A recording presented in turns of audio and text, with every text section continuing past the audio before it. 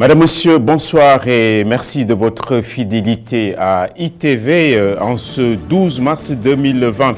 La situation et le front du coronavirus s'emberlificotent dans notre pays.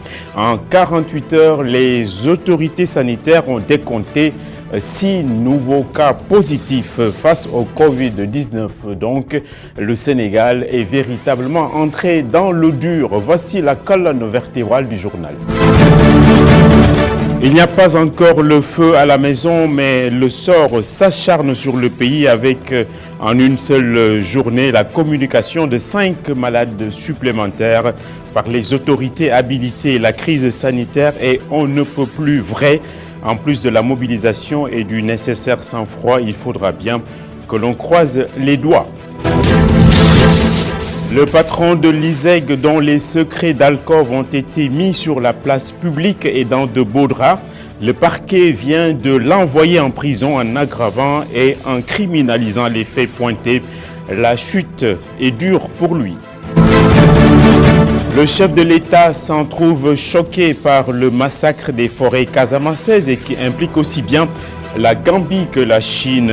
Il faut en finir avec la déforestation catastrophique, a semblé dire aujourd'hui le président Macky Sall. Les Sénégalais ont un rapport complexe avec l'impôt. Il n'y en a que 500 000 d'entre nous qui s'en acquittent.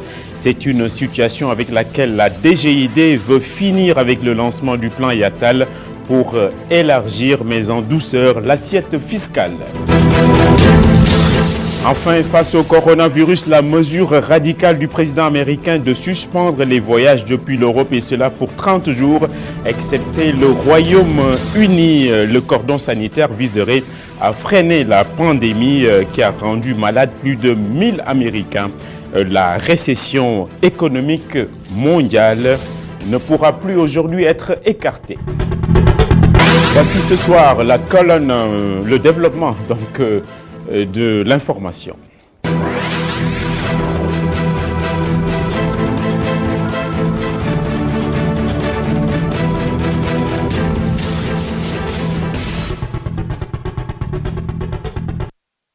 Cinq nouveaux cas supplémentaires donc reconnus positifs au coronavirus. Ce sont tous les proches du patient d'hier arrivé à Touba en provenance de la péninsule italienne. Le Sénégal compte donc à ce jour 8 malades du Covid-19. On va suivre la prestation quotidienne du docteur Aloïse Wali Diouf qui était au micro de Moussa Fall et Mam Abdougueye Kassé. Ce jeudi donc, l'Institut Pasteur de Dakar a notifié au ministère de la Santé et de l'Action sociale les résultats des examens virologiques du jour. Le bilan est le suivant. 5 cas suspects sont déclarés positifs au Covid-19. Il s'agit de contacts directs, membres de l'entourage familial du patient sénégalais revenu d'Italie et déclaré positif ce 11 mars 2020, c'est-à-dire hier. Ils sont admis au service des maladies infectieuses de Fann. Un cas suspect est revenu négatif.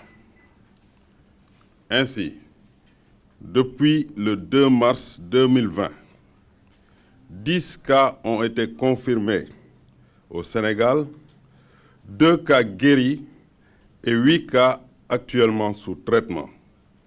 Le ministère de la Santé et de l'Action sociale renouvelle son appel au calme, à la sérénité et au respect strict des mesures recommandées. En outre, quelques 70 personnes qui ont eu contact avec le malade qui a été décelé hier sont aujourd'hui considérées comme des cas suspects et à haut risque. Ce sont notamment les passagers d'un vol de Turkish Airlines. Voici les compléments d'information du directeur du Centre des opérations d'urgence sanitaire au micro ici également de Mam Abdougueye Kassé. Nous avons eu à ce jour 10 cas positifs et 2 qui sont guéris. Donc nous sommes en train de gérer 8 patients qui sont actuellement hospitalisés au niveau du service des maladies infectieuses de Fann. Ces 8 malades sont 2 ressortissants français et 6 ressortissants sénégalais. Donc, comme on l'a dit, nous avons un cas sénégalais qui est venu d'Italie et qui a contaminé 5 membres de sa famille. Donc, toutes ces personnes sont actuellement prises en charge au niveau du service des maladies infectieuses de l'hôpital de Fann. Comme nous le disons toujours, dans le cadre de ces cas, toujours nous essayons de rechercher l'ensemble des personnes qui ont été en contact avec les cas malades. Et donc, à ce jour, par rapport à ce cas, au dernier cas qui est venu de l'Italie, notre compatriote sénégalais, nous avons pu lister 71 personnes. Donc, ces 71 personnes, c'est essentiellement des membres de sa famille, mais également quelques personnels de santé qui sont dans le centre de santé où il a été vu. Nous sommes également en attente de la liste des passagers parce que c'est une personne qui est arrivée par le vol Royal Air Maroc, arrivé à Dakar le 7 au matin. Donc, il a voyagé de la nuit du 6 au 7. Et nous attendons la liste des passagers que la compagnie devra nous donner. En sachant que ces passagers, pour nous, sont des contacts de bas risque parce que dans l'historique de ce patient, il a commencé à développer ces signes une fois arrivé sur le territoire sénégalais. Et l'Organisation mondiale de la santé ne cesse de tirer le signal d'alarme. Elle a rendu public hier le point de la situation de l'évolution de l'infection virale dans le monde entier, ainsi qu'en Afrique particulièrement. Le Covid-19 constitue une crise sanitaire et est en train de déstabiliser le monde. Moustapha Gabardio. Depuis la déclaration de l'épidémie de Covid-19 le 31 décembre 2019, 118 223 cas ont été enregistrés à travers le monde avec 4 012 morts, soit un taux de létalité de 3,6%. En dehors de la Chine, 113 pays ont été touchés avec 37 268 cas et 1125 morts. À la date du 11 mars, on comptait 111 cas en Afrique répartis sur 12 pays, 59 en Égypte, 20 en Algérie, 13 en Afrique du Sud, 5 en Tunisie, 5 au Sénégal, 2 au Burkina Faso, 2 au Cameroun, 2 au Nigeria, 2 au Maroc, 1 en RDC, 1 en Côte d'Ivoire et 1 cas au Togo. La plupart de ces cas ont été importés d'Europe, principalement de la France et l'Italie, suite au déplacement de personnes infectées. Les personnes âgées sont en tête dans le décompte des victimes du coronavirus. Sont également à risque les personnes avec un antécédent médical tel que le cancer, l'hypertension artérielle, les maladies respiratoires chroniques, le diabète et les maladies cardiovasculaires. Même si elle a été élevée au niveau de pandémie, la maladie est maîtrisable selon l'OMS. L'Organisation mondiale de la santé rappelle que la majeure partie des infections se manifestent par des symptômes légers, car la plupart des cas ne sont ni sévères ni critiques. Et on va vous signaler en 2 mots cette audience qu'il y a eu aujourd'hui entre le ministre de la Santé, Abdoulaye Diouf Sarr, et le porte-parole du khalife général des Mourides, Serigne Bass Abdou Khadre, en sa résidence dakaroise. Et on nous signale aussi qu'après cette entrevue, le ministre de la Santé effectuera un déplacement dans la ville sainte de Touba. Le président directeur général de l'ISEC, empêtré dans une affaire de lubricité, a été envoyé en prison. Le parquet a criminalisé les faits, les chefs d'inculpation, pédophilie, détournement de mineurs et corruption de mineurs. Le dossier est confié au juge du 8e cabinet d'instruction. Les peines peuvent aller, nous dit-on, jusqu'à la réclusion criminelle à perpétuité. Aujourd'hui, le chef de l'État, le président Macky Sall, s'est dit exaspéré par le trafic illicite et criminel de bois de la Casamance. Le président donc Macky Sall a fait une préconisation, a préconisé une meilleure collaboration entre le Sénégal et la Gambie pour en finir rapidement avec le massacre de nos maigres forêts. On écoute le président Macky Sall au micro de Abdourahmane Ly. Monsieur le Président, également, à la préservation de l'environnement dans l'espace sénégambien. Là également, une meilleure collaboration entre nos 2 pays s'impose.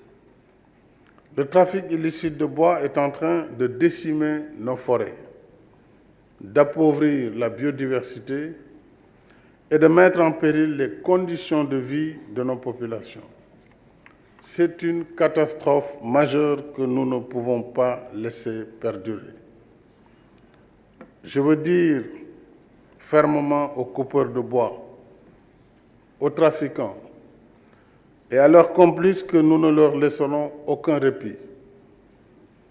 Nous continuerons de mobiliser tous les moyens nécessaires pour mettre fin à cette pratique néfaste, y compris par un alourdissement des peines prévues à cet effet. Le Conseil présidentiel sénégalo-gambien a donc pris fin ce jour. Plusieurs accords ont été passés en plusieurs domaines, notamment la sécurité et la libre circulation des personnes et des biens. Les présidents Macky Sall ainsi que Adama Barrow étaient côte à côte, Abdourahmane Ly et Bara Sow. Ce sont des relations que ces deux chefs d'État ambitionnent de renforcer davantage, avec à la clé 5 nouveaux accords signés ce jour. Des accords dans plusieurs domaines, dont celui de la sécurité, qui reste au cœur de leurs préoccupations.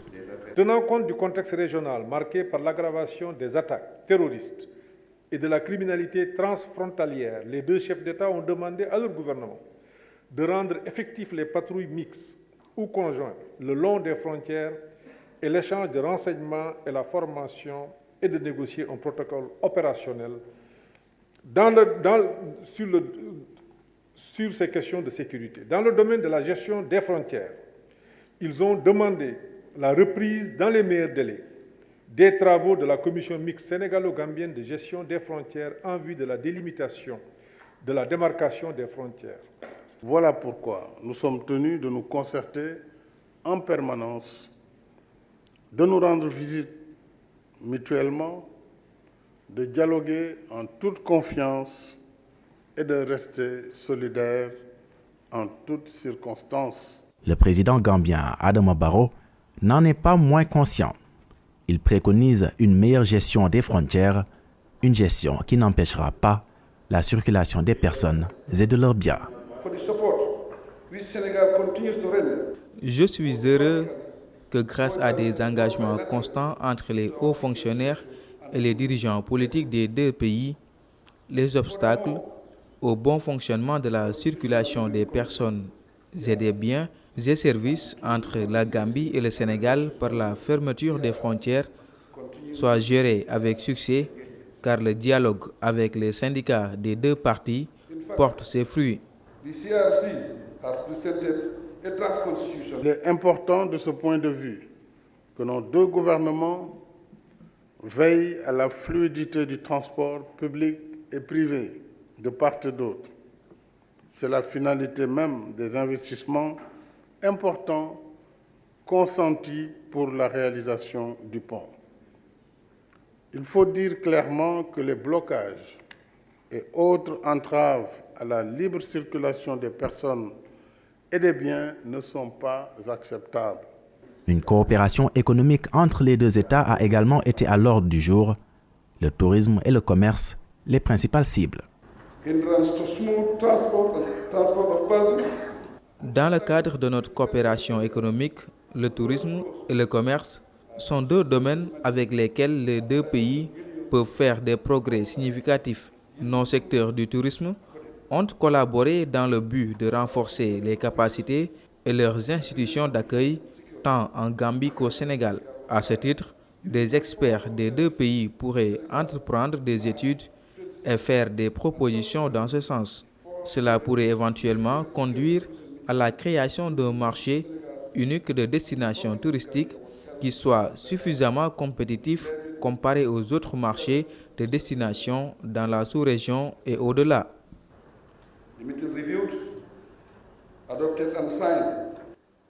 Des chefs d'État qui exhortent vivement les principaux acteurs à mettre en œuvre les accords signés. Nous allons écouter à ce stade du journal les mots du garde des Sceaux, Maître Malick Sall, sur le cadre stratégique unitaire qui permet notamment d'harmoniser les actions de promotion des droits de l'homme dans notre pays. Il est à noter que le Sénégal n'en dispose pas pour le moment, alors qu'un tel cadre rendrait plus efficient et plus efficace l'action publique. Le ministre de la Justice est ici au micro de Cheikh Hassan Fall et Sidigna. Il n'existe pas de véritable cadre stratégique unique de référence qui facilite l'identification des priorités de l'État et même des œuvres des autres acteurs en matière de politique de promotion et de protection des droits de l'homme. La conséquence reste qu'une absence d'harmonisation des actions qui pourrait constituer une faiblesse ou un obstacle dirimant à l'efficacité dans les processus de mise en œuvre des droits de l'homme au niveau national. La stratégie nationale des droits de l'homme dont le processus est lancé depuis 2018 et qui s'inscrit dans le contexte de la mise en cohérence des politiques publiques constitue une réponse à un besoin de plus d'efficacité dans la gouvernance des droits de l'homme au Sénégal, de plus d'effectivité des droits de l'homme pour les citoyens et de plus de synergie et de cohérence dans les actions en faveur des droits de l'homme. Non-vice en fait de malheur, le collectif des 22 notaires admis au concours du notariat depuis 2013 est en colère et menace ainsi d'entrer en grève dès après la prière de demain vendredi. Adam Assar et Suleiman Mbeng nous en disent plus. Admis au premier concours du notariat depuis 2013, le collectif des 22 notaires court toujours derrière leur décret. Une situation que déplore le collectif. Maître Christophe François Diouf, membre du collectif. L'État du Sénégal, depuis 7 ans, a refusé de décerner aux jeunes qui ont réussi à un concours national où il y avait plus de 800 candidats et dont le lauréat s'élevait à 22. Après avoir satisfait correctement leur stage et depuis 7 ans, ils attendent le décret de nomination. Que rien ne justifie l'absence de ce décret, de fait et de droit. Et pour mettre un terme à ce qu'il qualifie d'injustice, ce collectif annonce une grève de la faim. El Hadji Mansour Diop, président du collectif. Ce cas présent qui nous réunit va au-delà des 22 personnes qui composent notre coordination. En réalité, il s'agit d'un combat pour le principe, comme on a eu à le dire. Tout ce qu'ils font à l'un quelconque d'entre nous, ils le font à l'ensemble des Sénégalais qui ne peuvent pas avoir accès à toutes ces professions simplement parce qu'il y a un copinage qui est organisé et systématisé depuis 40 ans, 50 ans, depuis l'indépendance. Nous l'avions annoncé, on va tenir parole. Une grève de la faim sera entamée dès demain, après la prière du vendredi. Le lieu de démarrage de cette grève de la faim vous sera communiqué parce que, comme vous l'avez constaté, au début, cette conférence de presse ne devait pas se tenir ici. Mais malheureusement, par leur pratique indigne, ils ont pu court-circuiter le lieu qu'on avait prévu pour nous empêcher de tenir notre conférence de presse là-bas. Venu apporter son soutien à ce collectif, le regroupement des diplômés sans emploi exige l'ouverture immédiate d'un nouveau concours. Yves Zalé, coordonnateur du regroupement des diplômés sans emploi. Nous exigeons l'ouverture immédiate du concours. Parce que la dernière fois le concours a été organisé, c'était 2013. Ça fait 7 ans de cela. Nous, le regroupement des diplômés sans emploi, exige l'ouverture immédiate du concours d'accès à la profession de notaire. Et nous demandons un recrutement en masse. Le collectif des 22 notaires n'a pas manqué d'inviter les mouvements citoyens à les épauler dans ce combat. La Direction générale des impôts et des domaines du Sénégal a lancé le concept Yatal qui vise à étendre l'assiette fiscale chez nous et il est incompréhensible que seuls 500 000 Sénégalais s'attachent à s'acquitter de leurs impôts sur une population de quasiment 16 millions. Aujourd'hui, c'était la rentrée fiscale de la DGID sur fond de récrimination. Boubacar Dian et Moussa Fall. Donc, nous disons pour aussi Yatal Nathabi. C'est avec cette vidéo du président de la République s'exprimant sur l'importance du paiement de l'impôt, que la rentrée fiscale 2020 de la Direction générale des impôts et des domaines s'est ouverte pour pousser les citoyens à volontairement payer l'impôt et développer la culture fiscale. Le plan Yatal est mis en place par la DGUD. Au niveau de la Direction générale des impôts et des domaines, le programme Yatal, composante de la stratégie de recettes à moyen terme, visait la promotion du consentement à l'impôt.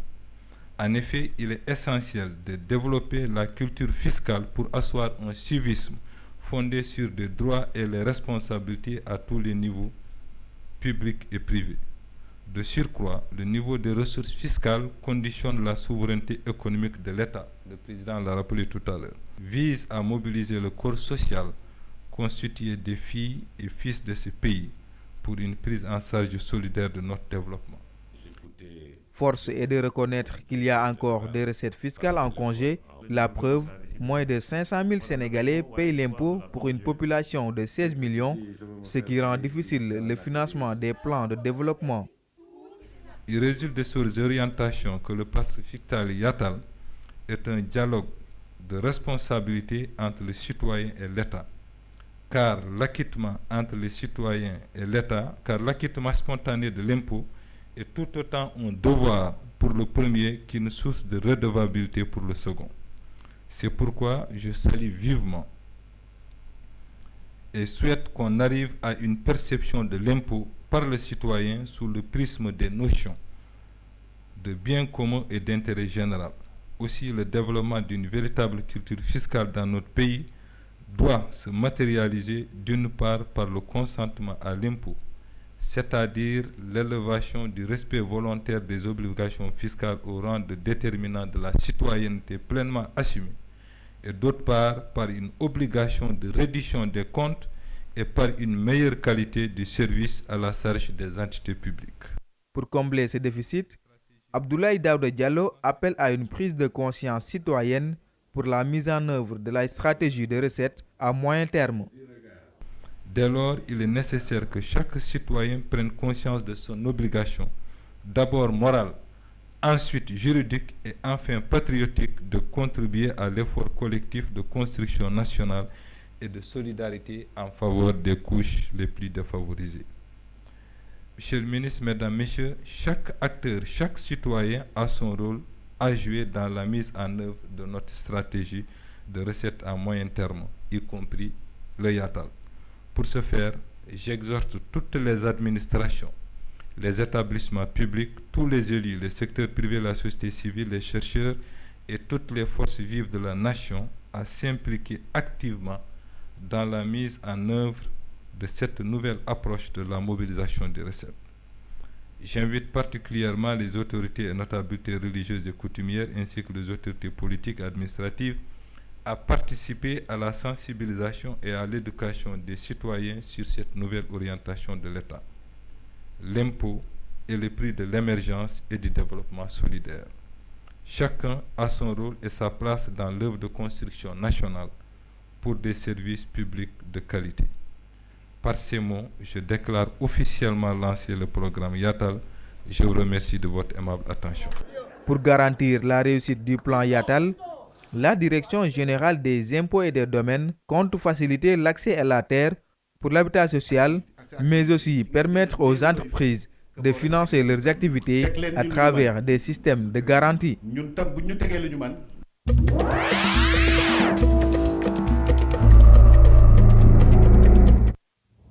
Et sur l'international, avant d'en venir aux autres développements, le message aujourd'hui à la nation française du président Emmanuel Macron face à la plus grave crise sanitaire que la France a connue depuis près d'un siècle, selon ses termes. Il a ainsi annoncé la fermeture d'écoles, de crèches et d'universités. Et par contre, les élections municipales prévues ce dimanche sont maintenus. Les dégâts collatéraux du coronavirus et la mesure radicale et peut-être même brutale du président américain de suspendre les voyages depuis l'Europe et sera pour 30 jours, excepté visité l'ami anglais, le Royaume-Uni. Le cordon sanitaire viserait donc à freiner la pandémie qui a rendu aujourd'hui malade plus de 1000 personnes aux États-Unis. La récession est à nos portes aujourd'hui. Le monde tourne mal, va parfaitement mal, c'est ce que nous dit effectivement Adam Assar dans la compilation qu'il a faite ce soir. La pause internationale, nous la démarrons en Afrique avec la ville d'Oyo, fief du président congolais Denis Sassou Nguesso, qui accueille ce jeudi un sommet de haut niveau sur la Libye. Il s'agit de la première réunion du groupe de contact sur la Libye dont la création avait été confiée au président congolais lors du dernier sommet de l'Union africaine. L'objectif de cette réunion est de jeter les bases du futur forum de réconciliation interlibyen que l'Union africaine souhaite organisé sur le continent.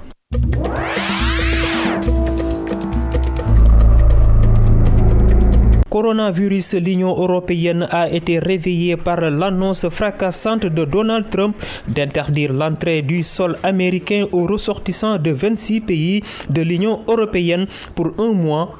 Entre désapprobation et surprise, les Européens ont annoncé préparer leur réponse et viennent de communiquer leur désaccord.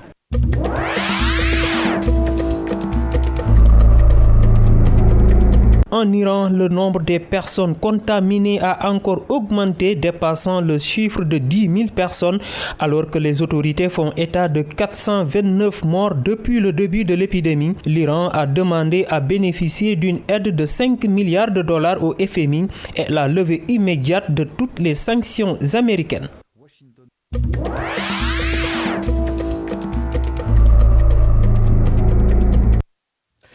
La cote d'un artiste est aussi fonction du lieu où il est exposé, pour dire que Daradi est inoxydable et parcourt le monde. Daradi vient de commettre son dernier opus entre tradition et modernité. Le nouvel album est un tableau en quelque sorte de la société contemporaine.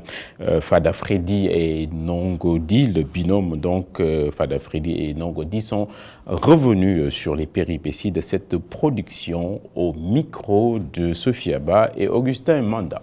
Je pense que les titres de l'album, pour ceux qui l'ont déjà écouté, parlent d'eux-mêmes. Et pour nous, il est très très important que cet album sorte. À l'époque où justement on parle de la mondialisation et surtout d'une mondialisation sauvage, nous avions envie de retourner un peu à nous-mêmes, parce que nous sommes un peu acculés de toutes parts par une technologie aussi entre guillemets sauvage, où l'homme ne trouve plus son équilibre entre son humanité et son adaptation aux nouvelles technologies. Nous sommes très très heureux aussi de la sortie de cet album.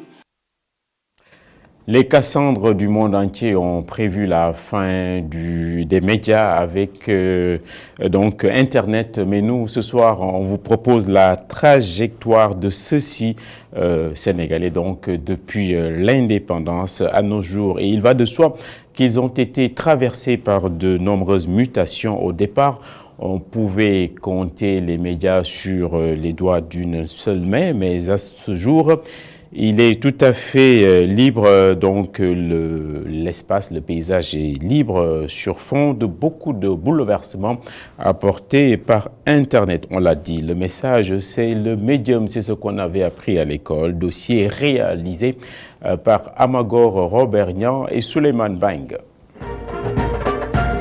1960, 2020, 60 ans. La République du Sénégal, 60 ans d'indépendance en 360 degrés sur ITV. L'histoire de la presse a connu des périodes sombres au cours des premières années de l'indépendance. Suivant sa volonté de bâtir un État fort, le régime de Léopold Sédar Senghor monopolise les organes de presse. L'intention est de restreindre au maximum le pouvoir des médias. Après ce qu'on a appelé la presse coloniale, on va assister avec l'accession à la souveraineté à une presse, appelons-la la presse nationale. Et on va donc passer de Paris-Dakar à Dakar matin. Et ensuite, on va arriver au Soleil pour prendre la presse. Et ensuite, on arrivera à la radio aussi, la radio nationale. Des médias qui vont cesser d'être au service d'une idéologie coloniale pour devenir des espaces d'expression des populations. Après cette étape, dans les années 1980, naissent des journaux et des radios qui ne sont ni à la solde des partis politiques, ni au service du régime au pouvoir.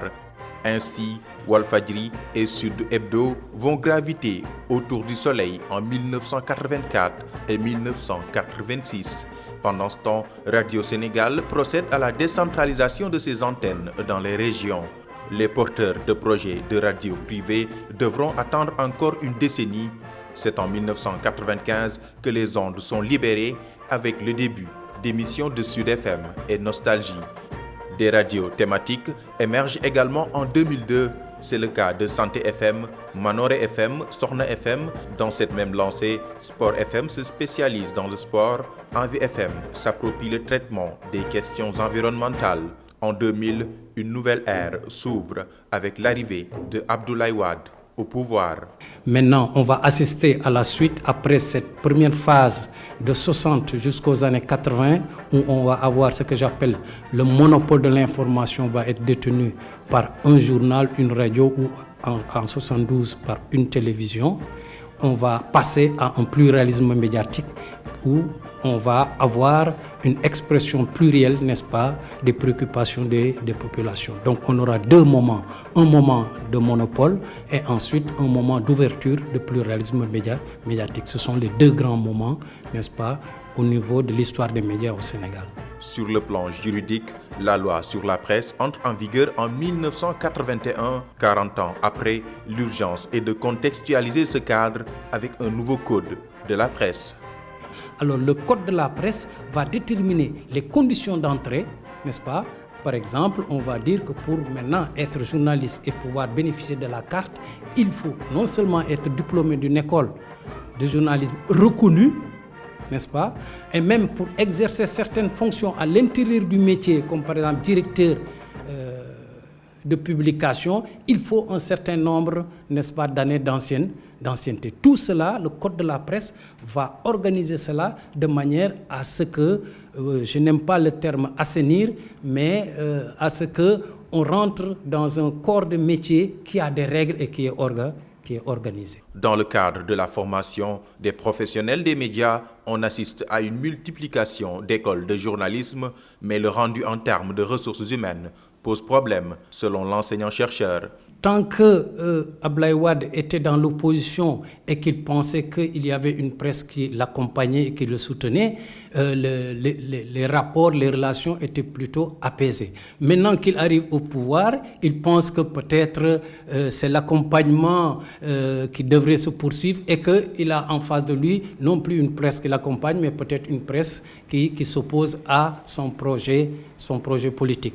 C'est un malentendu, je pense, de mon point de vue, parce que la presse n'est pas là d'abord pour accompagner un régime politique. La presse est là d'abord pour informer les gens et surtout pour informer juste et vrai. L'autre absence à l'évolution de la presse est l'absence d'un discours pluriel qui prend en compte toutes les thématiques. C'est vrai qu'il y a des écoles de formation en journalisme, mais est-ce que toutes les écoles de formation en journalisme remplissent les conditions même au niveau des programmes, au niveau des ressources humaines pour pouvoir mettre sur le marché des profils journalistes de qualité?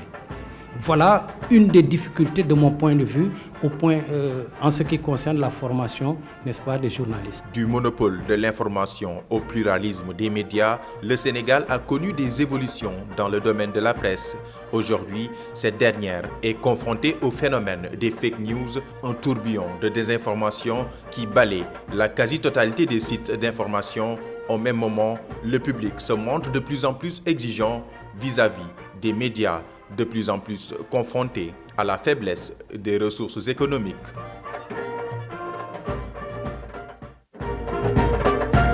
« 1960, 2020, 60 ans. La République du Sénégal, 60 ans d'indépendance en 360 degrés sur ITV. C'est donc pour nous le temps de prendre congé. Merci à Magor. La météo dans un moment, les inspirations du professeur, le Sénégal dans l'histoire, Keno Askanui, Tchambarchidine avec l'imam Kanté et les dernières informations sont prévues à minuit. Le monde est une comédie pour celui qui pense et une tragédie pour celui qui sent. Grande phrase de Horace Walpole, le Britannique, qui est encore plus vrai avec le danger du coronavirus. Je vous remercie avec toute l'énergie dont je suis capable. Bonsoir.